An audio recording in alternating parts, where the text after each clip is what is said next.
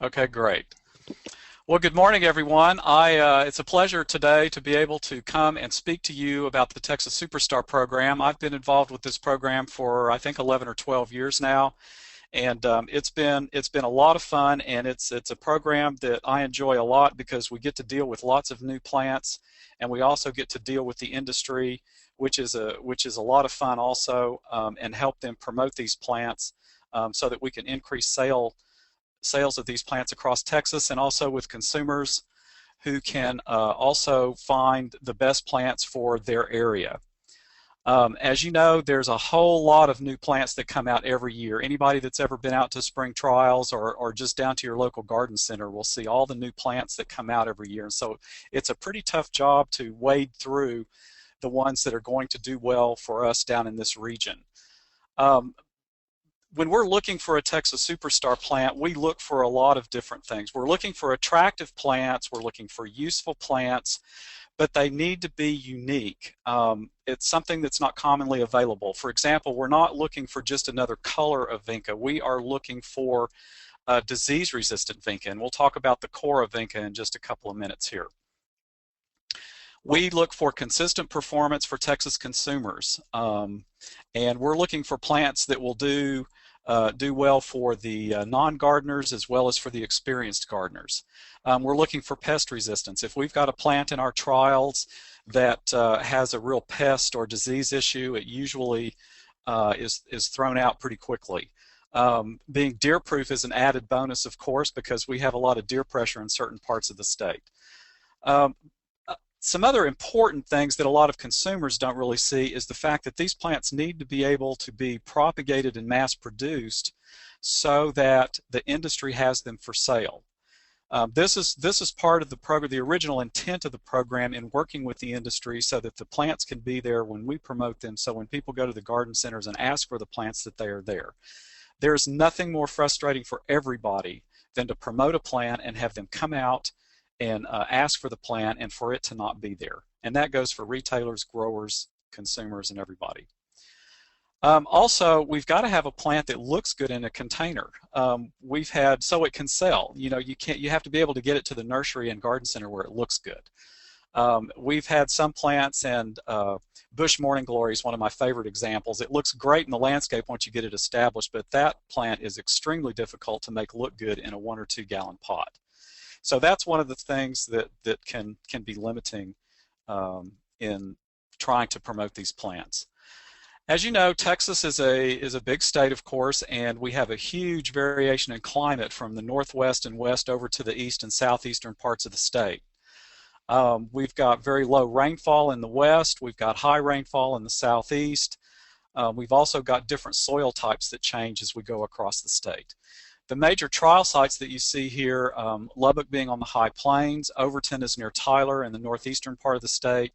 We've got College Station, of course, the home station, and then also down in the San Antonio and Uvalde areas. We feel like these different trial sites, this is where we have persons located that can run the trials, and we also feel that it's fairly representative of most of the major different climatic zones in the state, and also close to a lot of the major population centers in the state. Just for your information, the Texas Superstar Executive Board and myself as chair, located at the Overton Center, and then we've got Mike and Tim and Dan located down in College Station, run the trial sites, and of course we've got Dan down there doing the website, which is texassuperstar.com. We've also got Cynthia McKinney up in Lubbock, Texas Tech, and then David Rodriguez down in the San Antonio as a county horticulture agent for Bexar County, and then we've got Larry Stein out at Uvalde. David and Larry do a lot of the promotions that you'll see where we have promote tomatoes and different food crops. So that's something that I'll talk about also in just a moment. One of the other things that we have worked with in recent years, it's been great being able to cooperate with a lot of different folks. Of course, Charlie and Marco have done some studies for us that indicate that we are not as well known as we would like to be, but of the people that know about this program, we have a very high approval rating, and so basically, you know, that was a good thing for us to hear, because it kind of outlined what our job is as far as getting the word out on what this program is. And so in recent years, we've also had a lot of cooperation with the Go Texan program with the Texas Department of Agriculture. They have done some magazine ads like you see here. They've also done a brochure and also the tags. I wanted to say a little bit about the use of the Texas Superstar logo on tags. We are have licensed Hort Printers and John Henry to put the Texas Superstar logo on tags, and these can be on any type of tag, from a hang tag to just a traditional stake type tag. Also, the logo can be used on proprietary type tags, and so there's a lot of different ways, and whenever this logo is used on a tag, a little bit of money goes back into the program, which helps keep the program funded and keeps us going and able to do the trials so that we can do this into the future. The brochure that you see here right in this area is a brochure that was first published by the Texas Department of Agriculture a few years ago. We've recently gotten some funding through the Specialty Crops Program through TDA to update and publish this brochure new, and we have just sent that off to the printer. In fact, it's going to be available when we're at Expo. We will have a booth at Expo, and we will be handing out the new brochure at that time. And I'm just going to switch over here. I wanted to show you what the brochure looks like. This is the cover, and you see all the cooperating agencies down here: AgriLife Research, AgriLife Extension, the Go Texan program, and Texas Nursery and Landscape Association. And then also, as you go into the brochure, you'll see a plant column for each plant that's been named a Texas Superstar over the years. There's some descriptions, and there's also some little symbols that we've included this time to show whether they're deer resistant, and also water use,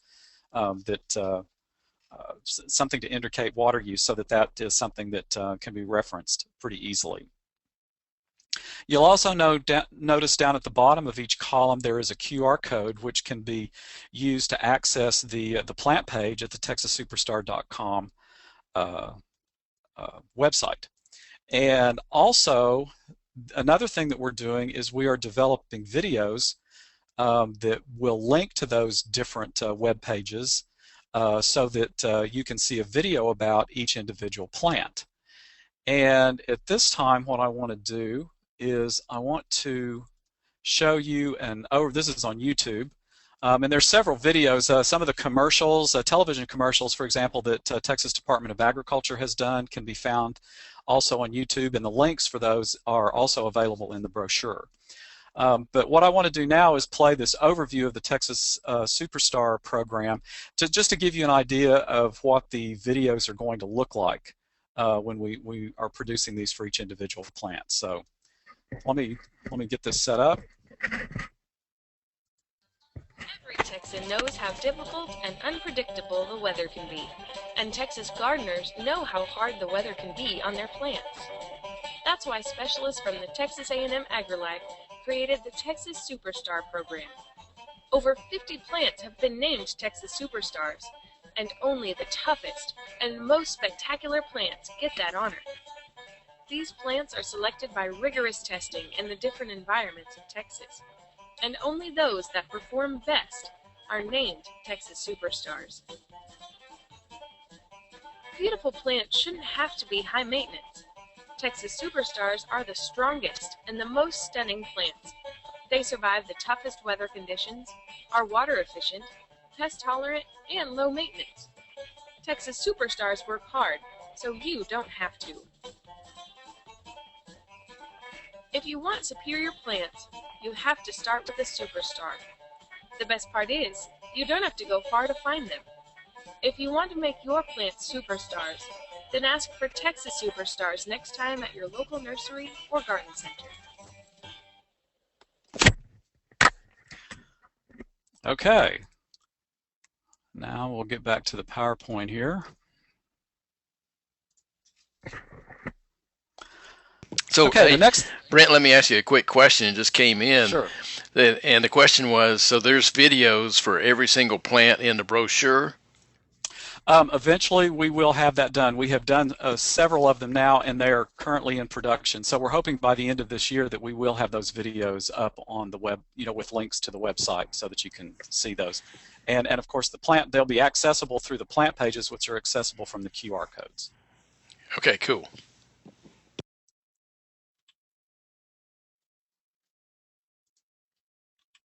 There we go. Okay.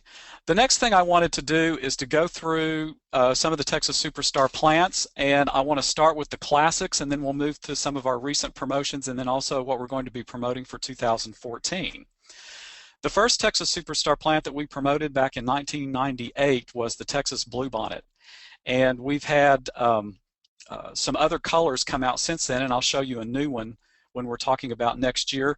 Of course, Jerry Parsons started this breeding work quite a few years ago to get these different colors. And in fact, in the future, I'm hoping that we can get a true red one. The color earlier was the Aggie Maroon, and I'll show you another one a little bit later in the program, which is new for this year. I mentioned earlier the Cora Vinca. Like I said, we don't look for just a new color. We're looking for something like a disease-resistant Vinca, and that's what Cora is. Cora is resistant to aerial Phytophthora, which has been a real problem, and I think this really has put Vinca back on the map for landscapers in this part of the country. These are some of the different colors. This, I believe, is lavender, and then the new Cora Red that came out last year is really a great red Vinca. They've also recently introduced the Cora Cascades, which are extremely useful as ground covers. You can also put them in baskets and that sort of thing. So this adds a whole new dimension to the use of Vinca in our landscapes. A really tough thing to do is to find a petunia that will grow across the state of Texas. And the Tidal Wave series, though, has delivered. Tidal Wave Silver and Tidal Wave Cherry were promoted as Texas Superstars, and Tidal Wave Silver especially is still one of the standards that I think most people use for petunia performance across the state. There you see a picture of it used very nicely in front of some dark purple foliage, and also with another superstar, Grandma's Yellow Rose. And there's Tidal Wave Cherry used out in in a cascading with a sign or whatever. And you can imagine how tough the heat and reflected light and everything conditions are here in the middle of the summer, and it's a real trooper when it gets even into a situation like this. Here with Tidal Wave Cherry is a salvia called Mystic Spires Blue that is basically a more dwarf type selection of indigo spires. Very heat tolerant plant. It does really well. Here's another picture of it that'll give you an idea of the stature on it.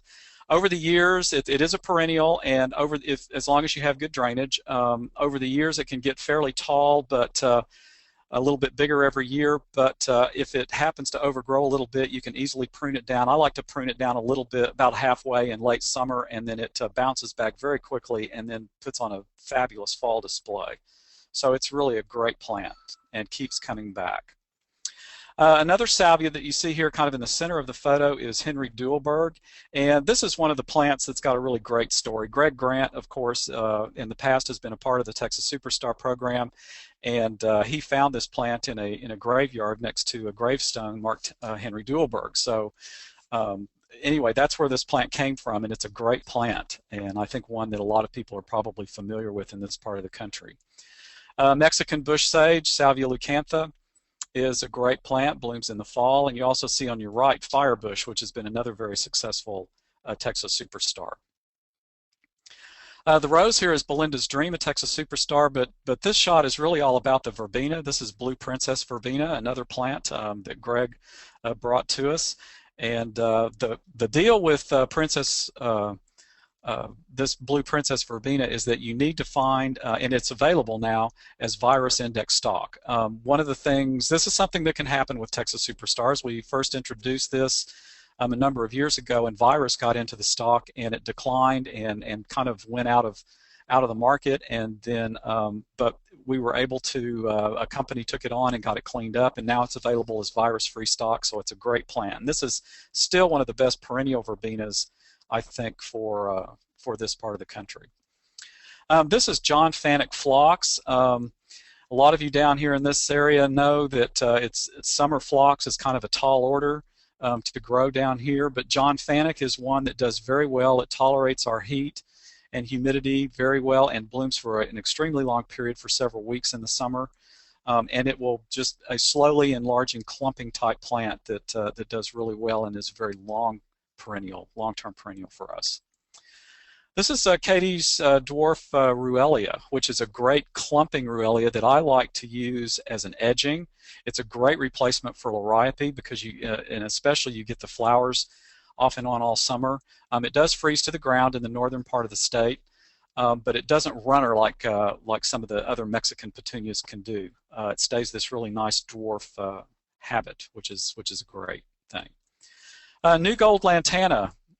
This is one that came on quite a number of years ago, and this is one of the ones that's been really successful over the years. I consider this one of our bread and butter landscape plants for this part of the world, and it's a tough plant. It reblooms very well, and is something that we still use as kind of a standard in our trials when we're looking at new lantanas.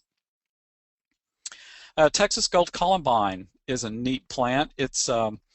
We're beginning to see a little bit of the diversity of the types of plants we have in the Superstar program. This is a plant that grows well in morning sun or full shade.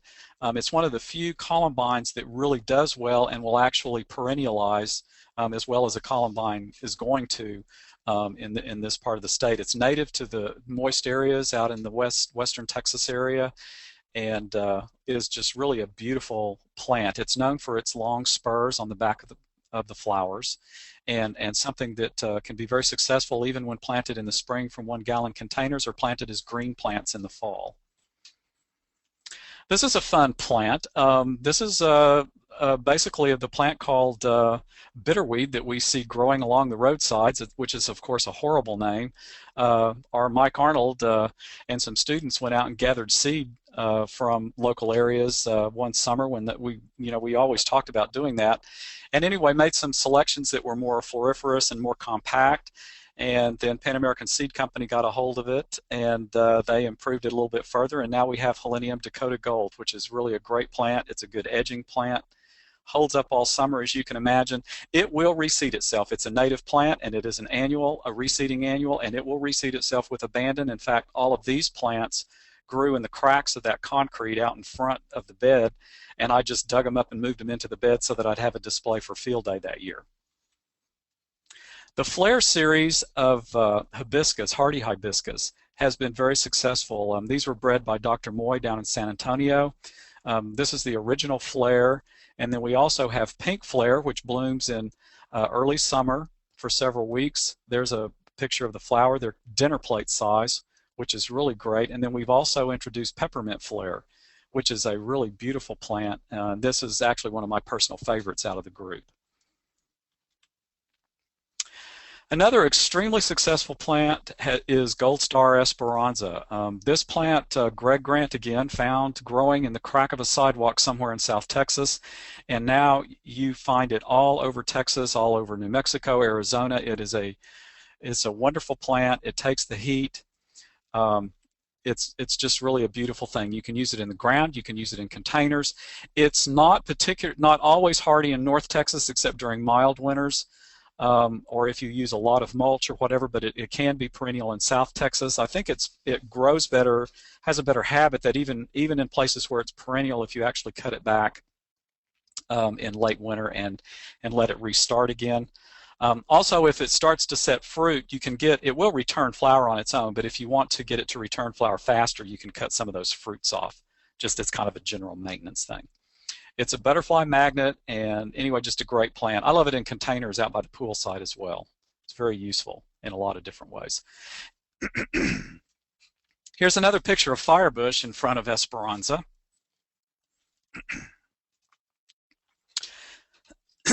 Excuse me. Firebush is something that is unbelievably heat tolerant. This plant I've seen growing out in the middle of a concrete parking lot in Uvalde with no extra water at all. It's just really pretty amazing. This is also another one, Pride of Barbados, that's quite remarkable. I've seen this growing in Las Vegas when it's 110 degrees in full flower. So they really like the heat.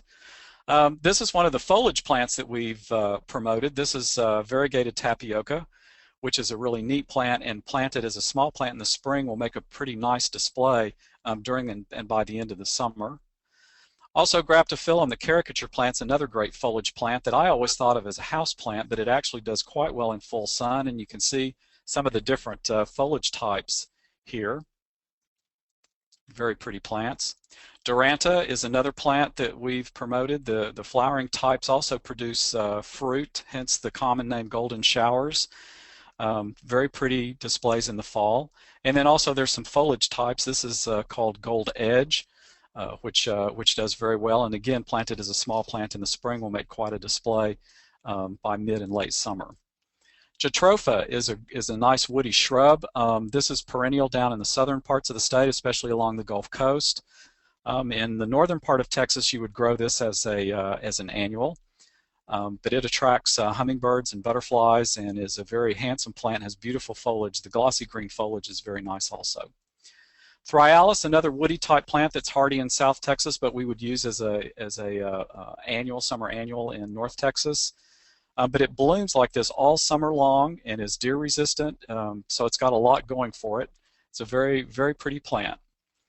We also have a couple of roses in the program. This is Belinda's Dream that we got from Dr. Robert Basie, a retired math professor who had a breeding program for many years and established the Basie Chair in the Department of Horticulture.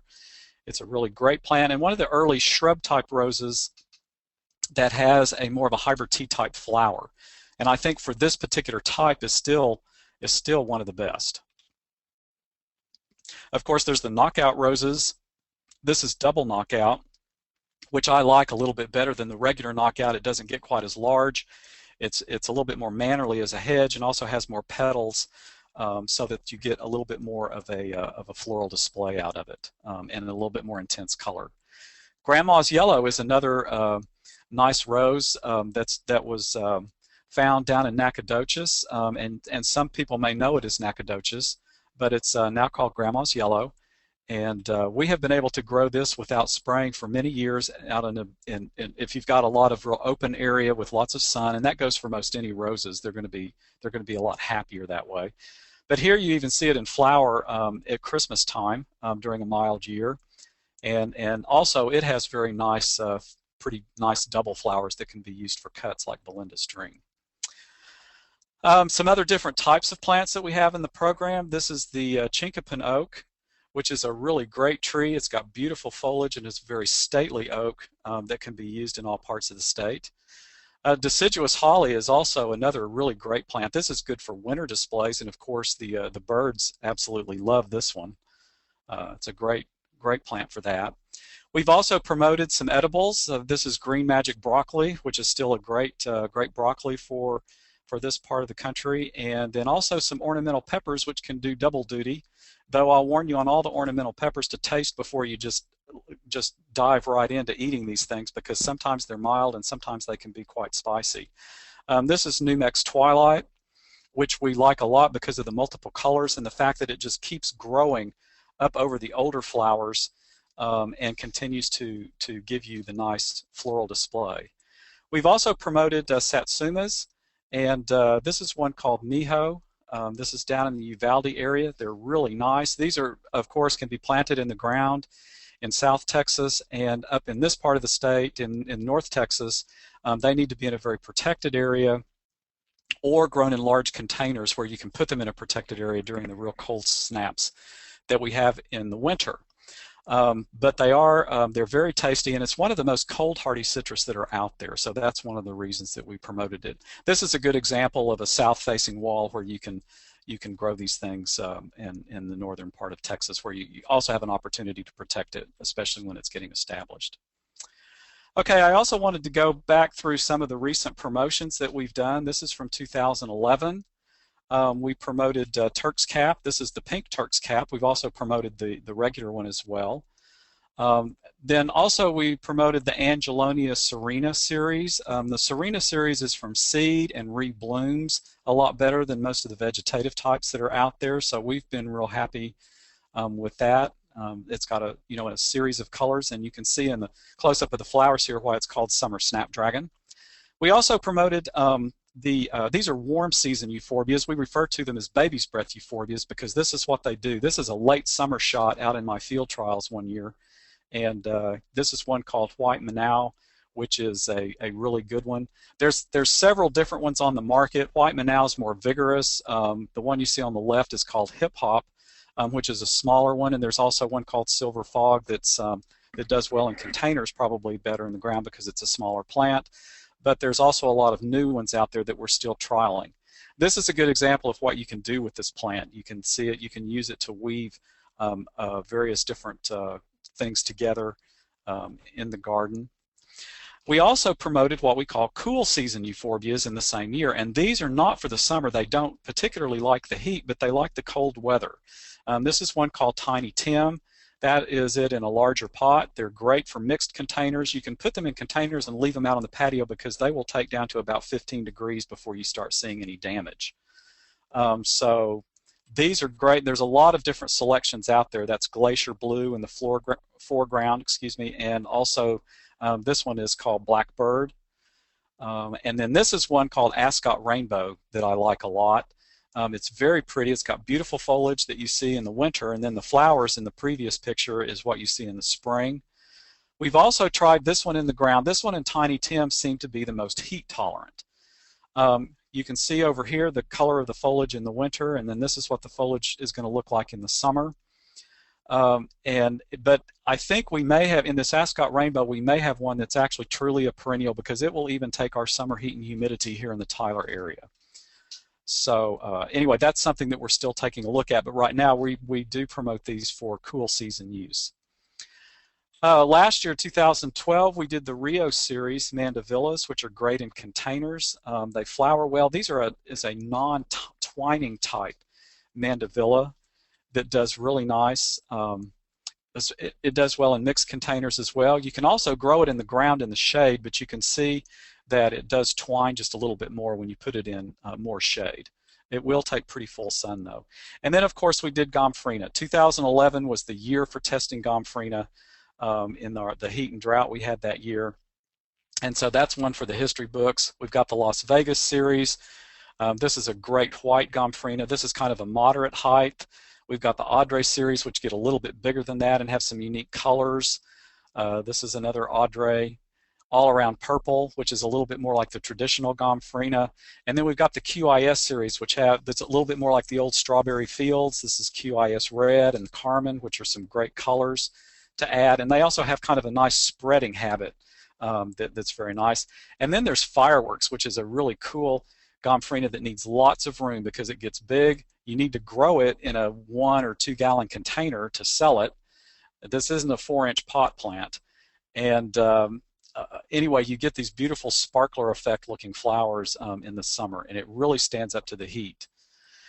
A fun shrub that we've had is this leucophyllum or Senecio called Lynn's Legacy, and Lynn Lowry found this many years ago, and we've introduced this. It reblooms better than a lot of the other Senecios during the summer, and so it's really a great plant, and also has a really nice light lilac color that's really very, very nice. It even grows in East Texas, believe it or not. I planted it in a bed where we don't ever do any supplemental irrigation, and it's very happy there. So it's a great plant for situations like that. 2013, we promoted a thornless blackberry. This is a newer variety called Natchez. That's a very, very nice large fruit, and something that's they also has good flavor. So that's a great one. We also promoted the BHN 968 tomato, which is a cherry type. And the thing that impressed me about this tomato is that it continues to set fruit even in 2011 when it was so hot and dry that year. So I thought that was impressive. Also Napier grass. There's several new Napier grasses out there on the market, and this one's called Princess Carolyn. We've promoted that. This is basically something that's new to our landscapes in the last 3 or 4 years. And already becoming quite popular. So it is a perennial even in North Texas unless you've got it in a really exposed location, but in protected locations, especially like you see here, it does quite well. And you want to not put a lot of fertilizer on here, because if you put nitrogen fertilizer on there, you'll start to green up the leaves a little bit, and you'll get away from this beautiful purple color, which is the reason that we grow it. We also are going, later in the summer, we're going to do a promotion on Mary Mums. Some of you may remember the promotion that we did, oh gosh, 15 plus years ago. And this is marigolds used like chrysanthemums. We recommend the African types, such as the Discovery and Antigua series. A new series that we're adding to the promotion this time is the Tyshawn series, which is a little bit more compact but still has the big flowers. They can be used quite effectively when planted in late summer. You can also use them in containers, and they will continue to bloom all during the fall and give you some great color. This is a picture of the Tyshawn Gold, and then that's what they looked like out in the field trial a year and a half ago when we did this. So anyway, it's a terrific plant, and I think a great use for this plant, and it gives you a long season of color in the fall. We're also promoting this new color of the Texas Bluebonnet. This is the Ladybird Johnson Royal Blue Bluebonnet, and that'll be available as seed this fall. And anyway, it's a really beautiful deep cobalt blue color that's a really great addition to the Bluebonnet family. And like I say, I think we have a red one coming up in the future, so I'm hoping we get to do that. And then recently we've made a decision on the promotions that we're going to do in 2014. We are going to promote another tomato. This one's called Tycoon. This one won the San Antonio Rodeo Tomato Award. Again, I mentioned Larry and David earlier that do a lot of these trials. So this is looks like a great tomato to add to our list. And then also we're going to do Purple Flash Ornamental Pepper. This is a picture of it in my trials a couple of years ago. And it's a beautiful pepper, really grown more for the foliage. It does produce fruit, but they're secondary to the foliage, except of course to those who like to eat the fruit. So, and this is what it looks like in a container. It's a great container plant as well. So, I think this is going to be one that people will like for a long time. We also have a new Satsuma called Orange Frost. And this one pushes the boundary of Satsuma further north. You should be able to go into Zone 8 with this, particularly if you've got some protection. So anyway, we're hoping to. There's some trials that keep moving. It's a cross with Satsuma and Changsha, which is a very hardy citrus, but doesn't have very good fruit. So we're trying to. We're seeing them get the hardiness into also the trees that have good fruit. So this is something, and you may see some more of these in the future. We also are going to do another fall promotion next year, and this is we're going to do the fall zinnias, and this is Sahara Yellow. The Sahara and Profusion series are quite useful for this. They look quite nice during the summer, but this is something that takes the heat. Growers can grow it in the summer, and then have it for sale by late August and September and October, where we can you put them out on the ground. You can put them in containers. I think they're particularly nice in containers. Again, use it a little bit like you would a chrysanthemum, except you've got a long season of bloom during the fall. So, okay, well, Charlie, I think we've been through lots of plants here and gone through lots of things, so I guess at this point we'll have to see if anybody's got any questions. Yeah, in fact, we have quite a few. The first one is, does the gold edge Duranta bloom like the sapphire showers Duranta? It does not. I have rarely seen a flower on gold edge. It will throw a flower every once in a while, and it is purple, so it's very handsome with it, but it's mainly grown for its foliage unless you're in a place where it's perennial, and you might see some flowering in a situation like that, like if you're down in far south Texas or something like that. Gotcha. Well, the next question is, how can retail outlets get literature and Texas Superstar PDFs to use for signage and marketing? The brochure is available on is going to be available from the Department of Agriculture, and those are available also that you could use in a retail garden center for handing out to your customers. I do have, let's see, I've got some emails here. I'll put those up And Richard De Los Santos is at the Texas Department of Agriculture, and he would be able to entertain those requests. They're going to be receiving these probably in the next week or two. We will have them. Richard will also be at Expo. They'll have a booth in the educational booth section, and then I will also have a Texas Superstar booth at the expo as well. So you can come by and see what we can do about getting you some brochures. I also, as we get these videos and everything developed, these QR codes are also going to be available. We will interface with the tag companies on that so that they would be available to actually use on tags if you'd like to do that. But we're still working out the details on that. Cool. And then one other comment was, haven't seen variegated tapioca in the last several years. That's one that I haven't seen a lot of. I feel your pain because I like that plant, and I have noticed that it doesn't seem to be as common out there.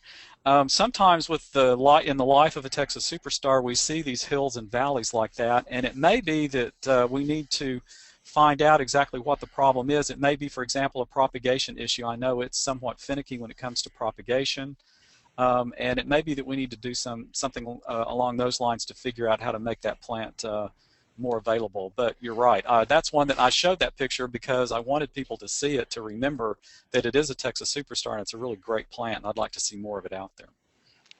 Cool. Another one just came in. Are you going to promote the Muy Grande hibiscus?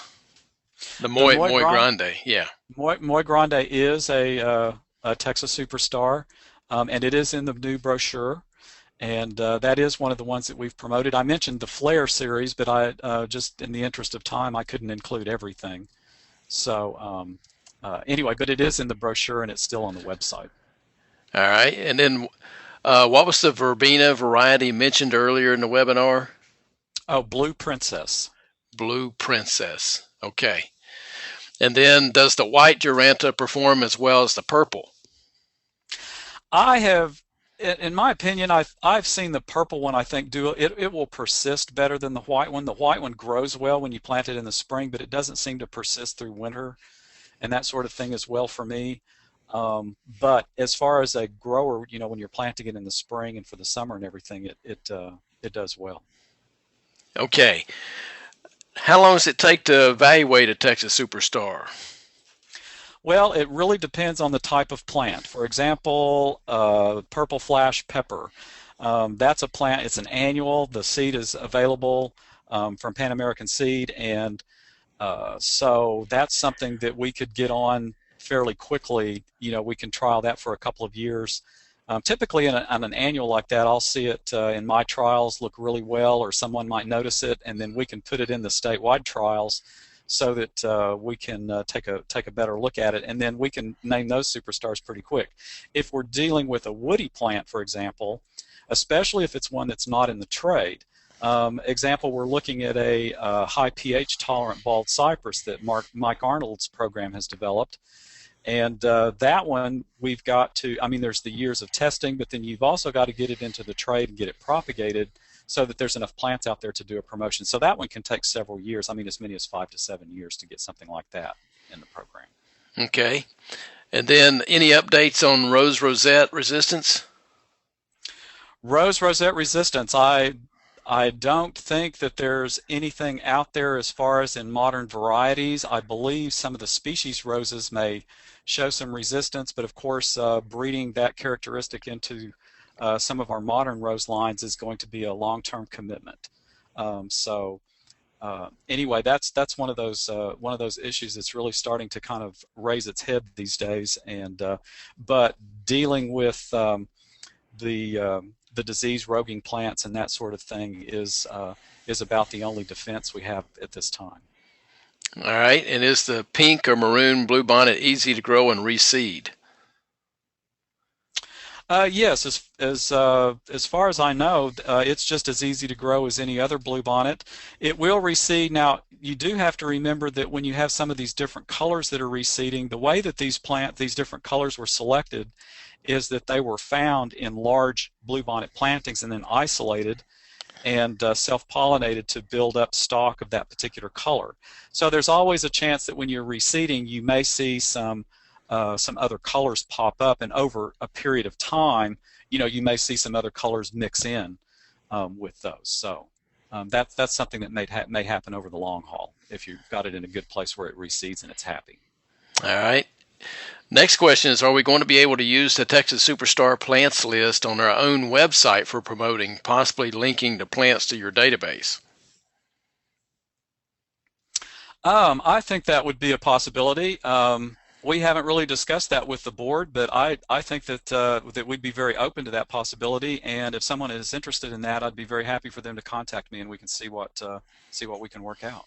Sure. And a related question is, will there be more point-of-purchase material available for retail use, such as QR codes on the signage, posters with a plant list, etc.? That I need to. Another thing that we could really use some feedback on are people that are interested in doing that, and exactly what types of things would be most useful to them. That gets into a little bit of an area that I'm not quite familiar with, but I need to learn about that. And if there's something that we could do, possibly on the website, to help people facilitate that. As I mentioned earlier, before I finish, please. If you're interested in that sort of thing, please send me an email, and let's start a dialogue and see what we can work out on that, because we're always looking for ways to improve the program.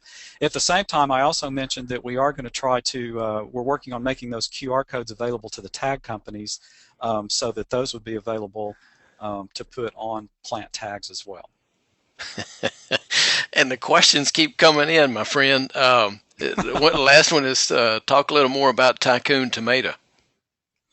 Tycoon tomato, this one I would have to defer actually to David and Larry on that, but this is a kind of a medium-sized tomato that's more of a slicing type, as you could see in the picture. And it has a good flavor from what I understand, and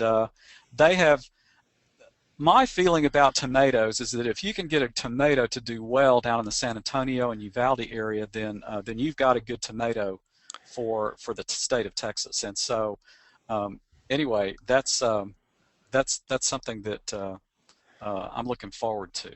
Is it determinate or indeterminate? I'm sorry, I don't know. I believe it's available from Johnny Select Seeds, and you probably could go on there and also get some information about it. To which the answer to that question would be yes. It is. Okay. I'm throwing in a little humor there. All right, another one. Man, they just keep coming. When is Arctic Frost Satsuma going to be promoted?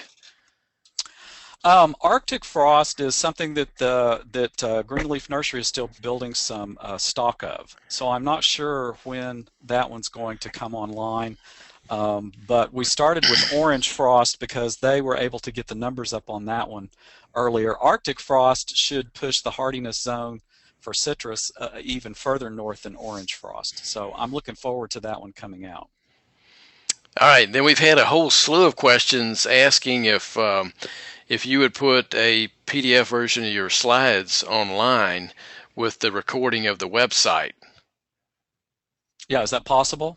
Oh yeah, because right now on everyone's screen, it should show the Ellison Chair website and a link to what I've got here in the yellow box where my cursor is circling. You just click on that webinars button under the multimedia section on the Ellison Chair website, and it's got a listing of all our previous webinars. And if there's questions that we haven't answered, which I think we have, we usually post those and copies of the slides. And of course, the recording I usually throw up on YouTube because that's readily available for everyone. So everyone should be getting an email within 48 hours with the link to the recorded webinar. Another thing I could do, Charlie, is I can also do a handout, if you will, like a Word document that has just a list of the names of the plants that are in the slides, so that a person could follow along and have all the names. Yeah. Is that something you could also put up there? Absolutely. That'd be great. And I got just a quick note from Richard Young, in fact, that said that both Orange and Arctic Frost Satsuma are available now. So that's good Okay, news. great, Yeah. great. Glad to Another hear that. another quick question: is the Dallas Arboretum showing Texas Superstars? Is the Dallas Arboretum showing Mm-hmm. Texas Mm-hmm. Superstars? Yes, as far as I know, they plant a lot. In fact, we trade plants a lot with Jimmy. He introduces us to new plants, and some of those plants make it into the Superstar trials. Yeah. We As I mentioned, I mean, we select plant, the board selects the plants, but we have our trial sites, but we are also looking for experiences and how these plants perform in other locations other than just our trial sites. And of course, the Dallas Arboretum, Mercer Arboretum, there's a lot of places where we look, and see how things are growing. So. Fantastic. As I'm scrolling down the list of the exhaustive list of questions that we've gotten, I think we've got all of them covered. And of course, you already made reference to the fact that folks can email you directly if they got a burning issue to discuss with you. So we'll leave that at that. Brent, thank you very much for a very informative webinar. And it's a great job. And we'll be posting, again, the recording and those ancillary materials to the Ellison Chair website. So thanks again, Brent. That was outstanding. And thank each one of you for attending the webinar today. Our next one will be in a couple of weeks, and we're going to revisit this issue of local and organic, and does it make any difference to consumers? So be on the lookout for a notice about that. But if we could give you a standing ovation, Brent, we would, but we'll just have to settle for a thank you. You did a great job, and again, thank everybody for being here, and we'll see you next time. Thanks, Charlie.